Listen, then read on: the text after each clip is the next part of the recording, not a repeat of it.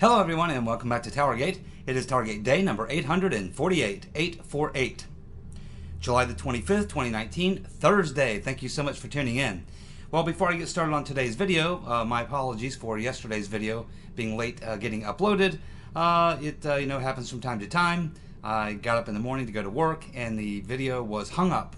So I had to completely upload the video, and that's why it was so late getting up. So thanks again to our good friends at Time Warner, or Spectrum, or whatever they call themselves. They fail again. Alrighty.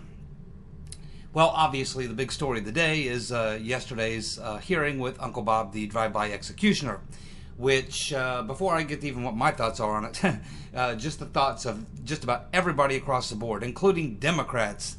I mean, Upchuck Todd basically said it was a disaster.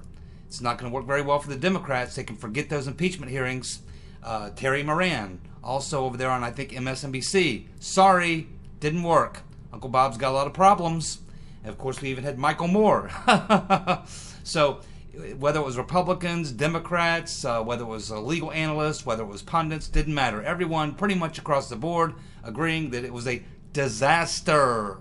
An epic disaster for the Dems. Now, you'd never know that watching the press conference with the Pelosi, Schiff, the Penguin, and what's his name, Cummings. So those four had a press conference and they acted like there was all sorts of revelations, and now they have to move forward and press for that impeachment. It ain't going to happen. In fact, I bet if they brought it to the floor for a vote tomorrow, they would get less votes than they got last time. I don't think they convinced any Democrats to go for it. In fact, if anything, it may have changed a lot of people's feelings about it. So anyway, it was an epic disaster. I don't think anybody's even questioning that. It's actually a lot worse than I thought it would be. It's funny. I suggested that Uncle Bob, the drive-by executioner, might fall asleep during the hearings, but actually he didn't fall asleep. But if you looked right behind him, there was a guy with wireframe glasses, an older guy, kind of looked like Clapper with a beard, bald head, glasses, white, silver mustache and goatee, and he was like, and at one point I looked at him and he was like, I think the dude was actually snoring. It was a snooze fest, and you could tell by looking at the Democrats, they definitely looked defeated. Now, obviously, I was at work when a lot of this was going on. I listened to some of it just on the drive to work and at lunchtime. A couple of my buddies at work were listening to it. Everybody laughing pretty hard. And then when I got home, I watched about 2 hours worth of just 5-minute clips of the various people doing their 5-minute questions. I listened to Jordan and Ratcliffe and various other people. I watched a few Democrats. Watch the opening statements and various things, and yeah, it was a disaster all the way around. I don't know what more to say about it. It was worse than I actually thought it would be. And actually, watching Uncle Bob, the drive-by executioner, it appears to me that he's not, too far down the road from being able to hide his own Easter eggs. It's coming. I think. In other words, I think he might have a little bit of dementia setting in, because he looked confused. He looked like he'd never read his own damn report. And then they ask him, about Confusion GPS. He acts like he'd never heard of him before. Who? Can you repeat the question? Yeah, he must have asked them to repeat the question 100 times. Said he couldn't answer about 100 times. So once you get past that. But yeah, he's asked about Glenn Simpson, Confusion GPS, who's literally all, Glenn Simpson is in the report quite a bit. Christopher Steele, Mifsud's in the report a bunch of times. But whenever you ask him about these characters, like Confusion GPS, huh? Who? Confusion GPS. Don't know if I've ever heard of them before. Confusion GPS. I'm like, you kidding me? Are you kidding me? Christopher Steele. He's like, Christopher Steele. Yeah, Christopher Steele. I don't think I can talk about it. Was he the guy that played the Cowardly Lion in The Wizard of Oz? No, Uncle Bob, he's not. He was the British spy that wrote the dossier, allegedly. No, can't talk about Steele. Why? Ongoing investigation. Of course. The old classic, whenever you can't say anything else, always break out, oh, I'm sorry, it's the... but, I mean, literally, the questions that they were asking him had nothing to do with the ongoing investigation. They had to do with his investigation, which is a closed investigation. He should have answered those questions, but he literally could not. Well, honestly, he could not. Because for a lot of them questions, had he answered any of them questions, he would have been incriminating himself, pretty much, because he knows that there's an investigation going on with Mr. Durham. Mr. Durham's in the process right now of tracking down Mr. Mifsud, and you can bet that they're going to interview Steele at some point, one way or another, even if they have to subpoena him. Now, he did do the interview with Horowitz. Obviously, Durham has got that, but at some point, Durham's going to want to interview Steele himself. And again, it'll work out just like the way I told you a couple weeks ago. At some point, they're going to need to talk to Steele, and he's probably going to say, nah, I'm not going to talk to you, in which case Durham will simply say, okay, well, look, we wanted to talk to you not as someone that we're looking at prosecuting. We weren't looking at prosecuting you. We're actually interested in you as a fact witness. Yeah, I mean, if you don't want to talk to us, then, yeah, I mean, there's plenty of things we can charge you with. We can get you over here, believe me. How about we go ahead and charge you with a crime, indict you, have you extradited, and then we'll question you, or not. You can either answer our questions as a friendly witness, or you can be the target of an indictment, and then we can question you, or not. Take your pick. So I mean, Durham's holding all the cards. If he wants to really, if he eventually gets to the point where he wants to interview Christopher Steele, he'll certainly get it one way or another, if he knows how to play ball, and I'm pretty sure he does. So it was an unmitigated disaster, and you know, I knew it was going to be bad. It looked, you know, obviously there was a lot of rumors that there was some sort of plot underway, and I think that the plot at this point appears to be, at least one thing for sure, is that the way they knew the Republicans were going to ask a lot of questions about the dossier, Christopher Steele, Mifsud, and all these other people, and all those things, and Uncle Bob's saving grace, and all that, of course, was that he was told, hey, you can just say it's part of an ongoing investigation, so any of those types of questions you will not have to answer. So that was one thing I think is the reason why he went ahead and came and testified, because he was probably told, hey, you don't have to worry about the Republicans, because anytime they ask you about any of that stuff, you can just say it's, you know, part of an ongoing investigation. So that's probably one of the things in the plot to get him to come and testify, is the reason why he came to testify. But I think that they probably had something else cooked up. It's just that it got blown up. Doug Collins blew him up right out of the box. That was the very first thing I watched this morning. You know, I went on my break, and I fired up the first beginning of it, and the very first person asking questions was Doug Collins. And he laid out a slam dunk. He destroyed Mueller. That was it, really. I mean, they could have canceled it right there. But they didn't. They kept going, and then Ratcliffe really made him look, I mean, foolish. Ratcliffe made him look completely foolish. Well, pretty much everybody did. And there was that woman, I forget her name, but woman Republican, she did really good. Gomer, yeah, he was pretty good. Jim Jordan, I thought, was pretty funny, because at the very end of Jim Jordan's question, he gets to the very end, and he says, well, you know, the good news is that Attorney General Barr is investigating all these things. At which point the camera was actually on Mueller's face. And the look on Mueller's face when Jordan brought up the fact that, you know, AG Barr was actually investigating these people, Steele and Mifsud and all these guys, the look on Mueller's face was like pretty worried. You know, you could see that, you know, he's kind of rattled. He's quite aware of the fact that there's an investigation into the investigation. But I think Uncle Bob's going to be safe, because it's clear from watching him in the hearings that son of a gun, I don't think he read the report. I don't think he had anything to do with it. I think he must have been playing golf or playing cards or sitting around with the wife sipping tea, watching soap operas. I don't know what the hell he was doing, but he wasn't working on the damn Mueller report. And it makes me think that that's the reason they brought in Uncle Bob. It's because they probably thought, man, we need to bring in someone who's weak, because we want Weissman and his cronies running the show. So we can't bring in someone who's strong, who's actually going to, run this thing right. We need to bring in someone we can just walk all over. And that's probably why they grabbed Mueller. I said, well, listen, how about Uncle Bob? He's like 74. He's practically senile. He needs to take his nap, 3 or 4 hour day nap. He has to be in bed by 6. He hasn't got any energy. He's scrambled eggs and the brains. That's what we need. Let's bring in Uncle Bob just to kind of be, have his name, and his credentials.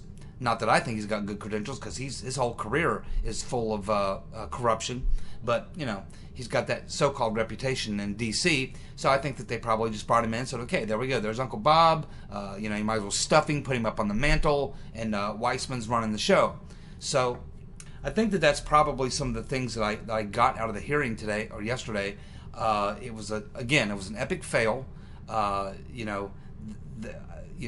Despite the press conference that the Democrats gave following that, making it sound as if Uncle Bob, delivered all these great truth bombs, there was just nothing there, nothing that was in the report. Now, the reason the Democrats did it is because they're thinking, well, Americans are too stupid to read, so we gotta have a visual for them. We gotta put Bob down in front of them where he can sit there and tell them. But the Republicans did such a good job of destroying, particularly, it was easy to deal with the collusion. I mean, Doug Collins dealt with that right off the bat, as did others.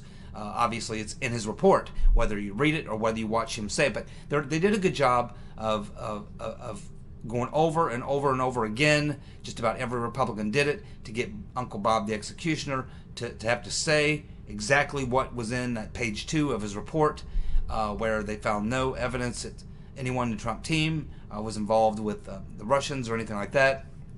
And so that was a slam dunk. That was easy. But on the obstruction, there was 3 or 4, particularly Collins and Ratcliffe and another Republican who I think is a lawyer, obviously. They all did a really good job. I thought Nunes was pretty funny. Nunes' statement was hilarious. And looking at Schiff's face, Schiff's face was just turning redder and redder and redder. Is basically Nunes is like basically telling the story. Well, okay, here's what happened. And it was just kind of funny the way Nunes did his opening statement, and his questions were pretty good. And he had that kind of almost sarcastic half smile as he was asking these questions, knowing that he wasn't going to get the answers. He even yielded back time at the end. He's like, okay, well, I pretty much had my fill of this. The main thing is he got his opening statement out, which was pretty devastating, to be quite honest with you. And anyone who was watching who hadn't read the report or didn't know anything about it, or just happened to tune in to C-SPAN or something like that, who wasn't familiar with this whole thing, that probably would have been a very convincing and compelling argument that Nunes made, because it was injected with some sarcastic humor. But I mean, he did a very good job of laying out the chronological a story and the events and how it was all a hoax, who paid for it, who was behind it, and the questions behind it all. So I honestly believe at this point, I can't imagine, I can't imagine the Democrats, Nadler, he's nuts. The Penguin is nuts, there's no question about that. The pencil neck geek Adam Schiff is nuts too, but probably not quite as nutty as Nadler. Cummings, it's hard to say where he's going to go with this, but Nancy put on a happy face for this press conference, but I'm sure that once she got back in her office, she was like, we're screwed. This is over. And my guess is, behind closed doors, that she's probably going to tell Schiff, Nadler, and Cummings, that's it. End it. No more of this, because we're just getting killed. We're just getting killed. And we have an election coming up. So, this has got to stop. You got nothing. What they get last time? 81 or 82 Democrats to vote for impeachment. They needed another 170 Democrats, or no, another 130 Democrats. They would have needed another 130 to 135 Democrats.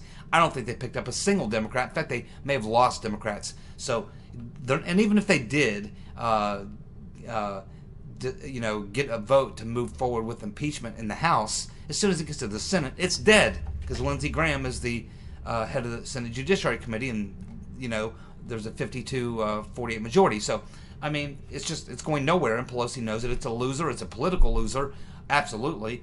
And so, overall, it's just a great, big, fat loser. And that's the long and short of it. And the Republicans did a pretty good job, I thought.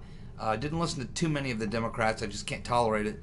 But, looking at some of the liberal media news sites, you can even see even all the Democrat pundits. I mean, they were literally just, they looked defeated. They looked absolutely defeated.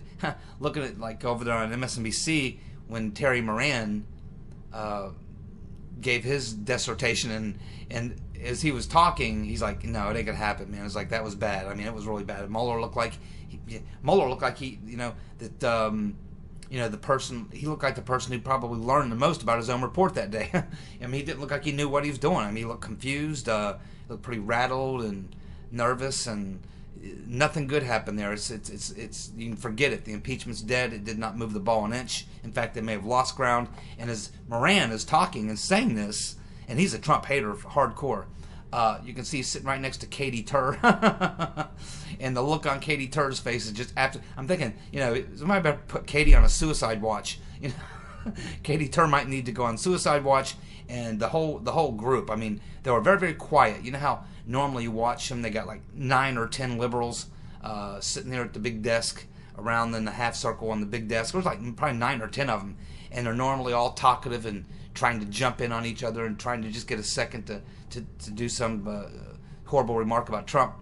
And but watching MSNBC and CNN both, I mean, the panels were just silent. I mean, no one seemed to have very much to say. And it's like, okay, do I have to comment on that? Okay, yeah, well, I don't think it went very well. Yeah, it's. I think it's done. I think it's over. So yeah, you can put it to rest. But you never know with the Penguin and Nadler and Schiff. Maybe Pelosi will put her foot down and say that's it. But you never know with these people, by the way. But I hope they continue. I mean, I really do, because they're only digging themselves a deeper hole. And the only thing now is, I mean, obviously we got the Inspector General Huckleberry Horowitz coming out with his report. We're hearing it's going to be sometime in September. Could be later. I think he'll drag his feet as long as he can. And I don't expect Huckleberry Horowitz is going to, kind of drop the bomb on anybody.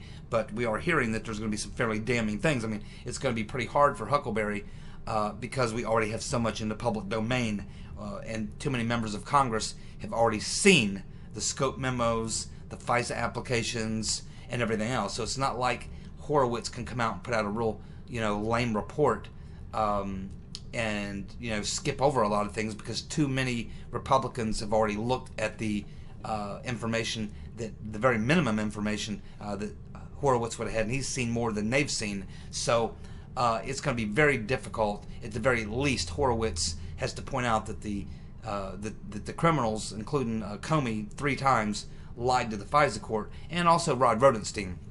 But Rodenstein, doesn't seem to be worried, and he doesn't seem to be saying too much. And so I've had this theory for a while now. I've never believed that Rodenstein was a white hat. I don't believe that's the case. I just think that Rodenstein knows that he got caught up in something. He went along with it, and he probably regrets it.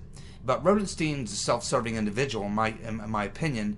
And I think what is probably going on with Rodenstein, and if you remember, when he was being grilled in those congressional hearings, and he was asked about the FISA warrants and stuff like that, he seemed to suggest that what he saw, or what he read, and what he signed up on was not what was being described by members of Congress on this committee. And that leads me to believe that when it hits the fan, that Rodenstein is basically going to, I don't want to use the word turn, but he's going to throw Comey and McCabe and those guys under the bus, and he's probably going to say, well, listen, they misrepresented the facts to me. They didn't give me the straight stuff. In fact, even what they had me look at and read and sign off on wasn't the same application that they presented to the FISA court. They showed me something else. So Rodenstein's obviously got an angle for how he's going to weave his way out of this, but he's probably going to have to testify against Comey and McCabe and the other perps, and he will make one hell of a good witness. That's the guy you'd like to have pointing the finger at Comey, McCabe, and all the rest. I kind of hate to see the rat get off the hook, but in this case, if he takes down Comey, McCabe, and all the rest, I could probably live with it. So anyway, there you go. That's my analysis of the Mueller hearings. I think we've pretty much come to the end of this, and now it's just a matter of getting the Horowitz report, and I think that that's really going to change. It's going to do two things. It's certainly going to change the conversation, because he is going to have to point out that the FISA court was lied to. And I think that that's what Barr needs, and I don't know that Durham needs that, but I think that Barr needs that to allow him to take things to the next level. And I think Durham is doing the dog work right now. He's doing the interviews. He's got the team together. He's looking at the documents. He's doing all this. Barr's kind of overseeing it, but Barr's directing it. And I think that Barr wants Horowitz, because right now, if Barr comes out and does what I wish he would do, I think that he would have a political firestorm on his hands, and they would just say, well, this is Barr acting as Trump's attorney and blah, blah, blah, and he doesn't probably want to have to deal with that. So I think that what Barr is looking for from Horowitz is not so much for Horowitz to come out with a smoking gun. I think Barr understands exactly the fact that Horowitz is in fact the custodian, and his job is to clean up the mess quickly and quietly and get folks to move along. So I think Barr is not counting on Horowitz so much, other than to generate enough of a story to create enough of a spark that Barr has some political cover to take things to the next level, and I believe he will. Again, I mean, I guess you have to have a little faith in this case, but I just find it hard to believe that Barr would come out of retirement to put himself in that position to take all that heat, to have his what was a pretty good legacy and career at the Justice Department, to have all that ripped apart and to get nothing from it. And in this case, I mean, he could go down in history as one of the greatest attorney generals ever if he proves that he's so straightforward and honest and loyal to the country, the Constitution, that he would actually turn in the deep state for their crimes. And I believe he very, very, very well will do that. Again, I think for Barr, it's how he does it, not so much is he going to do it, but it's how he's going to do it. And I've been patient for a very long time, right along with many of you. But I do have to tell you, my patience is running very, very thin with Huckleberry Horowitz, with the whole damn thing. Been going through this for a very long time. 848 videos. And that's just me starting on April the 6th with the videos. I was, there was about a year that went by before that we were dealing with the whole election and the post-election and all these things. So, it's been going on for a very long time, and I wouldn't necessarily say that I'm tired of it, but, it's just, I feel like there's enough information in the public domain that Horowitz, Barr, and Durham probably have enough that they should be indicting people. And so I guess there's just a way that Barr wants to do it. I think he will do it. To what extent, we're all going to find out. I don't think that people are going to get away with a hand slap, though. Let's put it that way. I definitely believe there will be very many indictments. I do believe that. I don't see how it's possible. And if you indict one guy for this, you got to indict them all. You can't just point to one guy and say, well, it's Comey or it's McCabe, and then the rest of them, whatever. No, I don't think so. There were a lot of people involved in the same plot to a very high level degree, and that would include Obama and, of course, the mastermind of the entire plot, the rotten Reverend Clinton. And, of course, we're still waiting for Huber to get off the golf course and give us that report on the rotten Reverend. I'll have a difficult time believing they can even sweep that under the rug. We all know multiple violations of the Espionage Act, obstruction, destroying evidence, and all these things. I'd be very surprised if that gets swept under the rug. So, anyway, that's pretty much my analysis on that. And I'll be looking forward to reading the comments in the comments section, although they're probably going to be in today's videos comments, so I'll look at those in a little while, but I'm sure there's some pretty funny comments in there. So anyway, that's the deal there. A couple other stories before we run out of time here. We have Bette Midler. Many of you will not even know who she is unless you're over 50 probably, but Bette Midler used to be like a movie star, singer, dancer, whatever. She's pretty much like the crypt keeper at this point with makeup. She is still alive, however. And so she's getting destroyed in Twitter because of a really crazy tweet that she sent out. So she sends out this tweet, and it's basically a screenshot of Trump. And you know how he has like the people behind him, the bleachers behind him. He always has a crowd behind him. And there's, of course, quite a few black people back there. And so she suggests that Trump is paying black people to attend Trump rallies. And but she uses this phrase that she creates called black ground. The black ground. And of course she's taking lots and lots of heat for that racist comment about Trump having a black ground. And I'm pretty damn sure Trump doesn't have to pay anybody to come to a rally. Now, on the flip side of that, we have Uncle Joe, Crazy Joe Biden, getting caught doing exactly that. Same thing happened to Hillary. Remember last year, or in 2016, when Hillary's people actually were so lame, they actually went on Craigslist and advertised paying people, I think it was $65 to sit in the audience at a Clinton rally. Well, now Biden's been caught doing the same exact thing. And so he's caught, and there's actually even a video out there where they actually are interviewing a guy. He's like, oh yeah, I answered an ad for a seat sitter or something like that. So yeah, now Biden, it's so bad for Biden, he's having to pay people to come and sit in seats while he gives a horribly boring speech. I don't know how much you got to pay someone to watch a Biden speech, but you'd have to pay me in the upwards of $500, and I'd give you maybe 1 hour tops. $500, 1 hour, I would do it, but it'd have to be something in that range. And anything less than that, I say no thanks.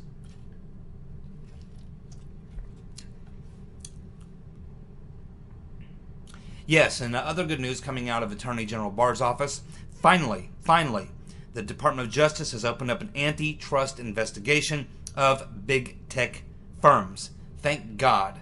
Thank God. I really like, an idea I've heard floated around. I don't know if it was Sticks who came up with it or who came up with it, but like an Internet Bill of Rights that's pretty much just like our regular Bill of Rights. This is just the rules that you have to follow. And then, of course, if there's violations of those rules, then people should be able to file a civil lawsuit in civil court. And I think that would really solve the problem. I think that's what we need. I don't want to see government regulating this because eventually the Democrats will get back in control. And do you want the Democrats in control of the government when they have control over the big tech firms? No. I mean, they'll weaponize even worse than it is now. And we'll be in deeper trouble than we're in now. So I don't really support that. But I do like the idea of the government filing an antitrust suit. I don't want like legislation giving the government control of them coming after that. But I mean, I think that they could come up with like a Bill of Rights and some legislation that doesn't give government control over them, but just simply allows citizens, if their Internet Bill of Rights are violated, to take these big tech companies to civil court. I think that would be a very good solution. And I hope that's where this goes. But, and of course, Facebook just had to pay out $5 billion, a $5 billion payout to somebody, or I don't know if it was a group or an individual, but they had to pay out $5 billion in a legal claim here just, I think, yesterday or day before. So, yeah, it's about time we need to get all over this and need to get after these people because it's really, really bad at this point. Obviously, Project Veritas is a new video out with another Google, I think it's a Google employee, talking about how, oh yeah, they're definitely working on rigging the elections for the Democrats in 2020. So that's already underway. So, and we know what's going on. A lot of people being shadow banned and this and that and the other thing. So, yeah, it's something that has to be done.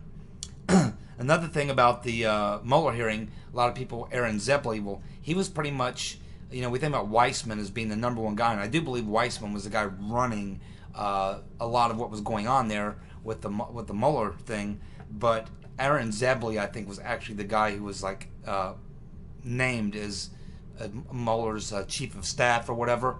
And let's keep in mind about Aaron Zebley, he provided legal services to this dude Justin Cooper, which was the Clintons' IT tech, the guy who admitted that he busted up devices with hammers. Aaron Zebley is the guy who is a lawyer who represented him, Justin Cooper. So yeah, he was the Clintons' IT guy's lawyer. And something tells me that Justin Cooper can't afford a high-profile lawyer like Aaron Zebley. My guess is the Clintons picked up the tab for Cooper's lawyer. That's my guess. We have Tulsi Gabbard saying that legs in the air Kamala Harris is not qualified. Legs in the air Kamala Harris is not qualified.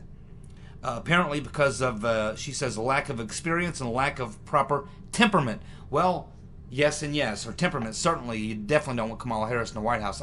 Definitely not. Her temperament is a problem. Lack of experience, well, there's a lot of effing going on in Washington, and we know that she's done a lot of effing, so maybe she's got some experience for the type of things that they do in Washington. But I don't know. Yeah, legs in the air Harris, I think she slipped a couple points, but I expect in the next debate that she is going to go for the kill shot on Biden. And as I've said before, he should get out unless he's prepared to do combat with her, and I don't think he can. What's Biden, a 79,000-year-old white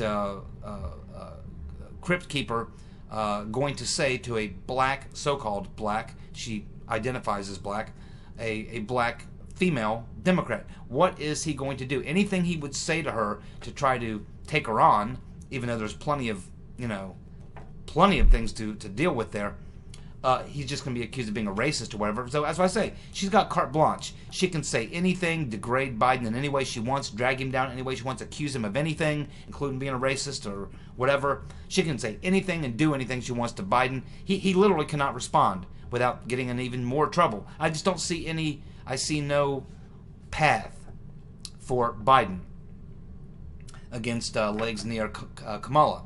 And of course, eventually I think it will come down to Kamala and Warren. I think so. Warren's slightly smarter than Kamala Harris, so probably will outsmart her, but she does have the advantage of being someone who can identify as being a woman of color. She did own some slaves, but then again, she didn't fail, or her family owned some slaves, but then again, she didn't fail her, whatever test, DNA test, yeah.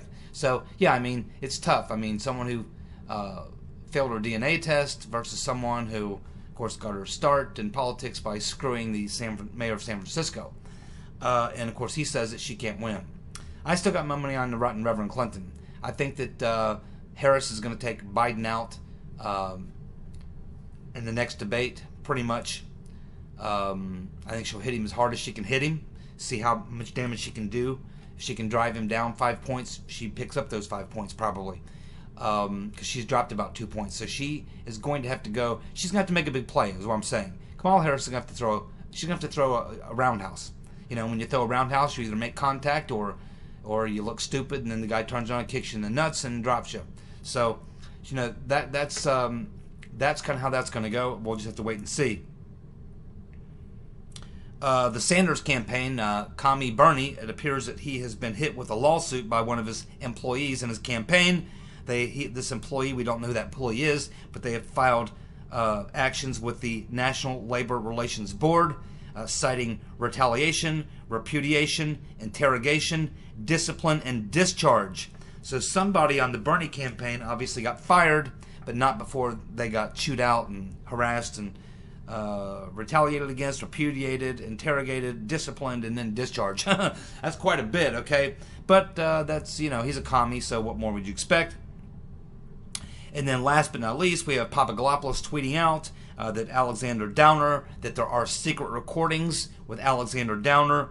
He says as soon as Miss Fudd gets through talking to Durham, that is likely going to be released.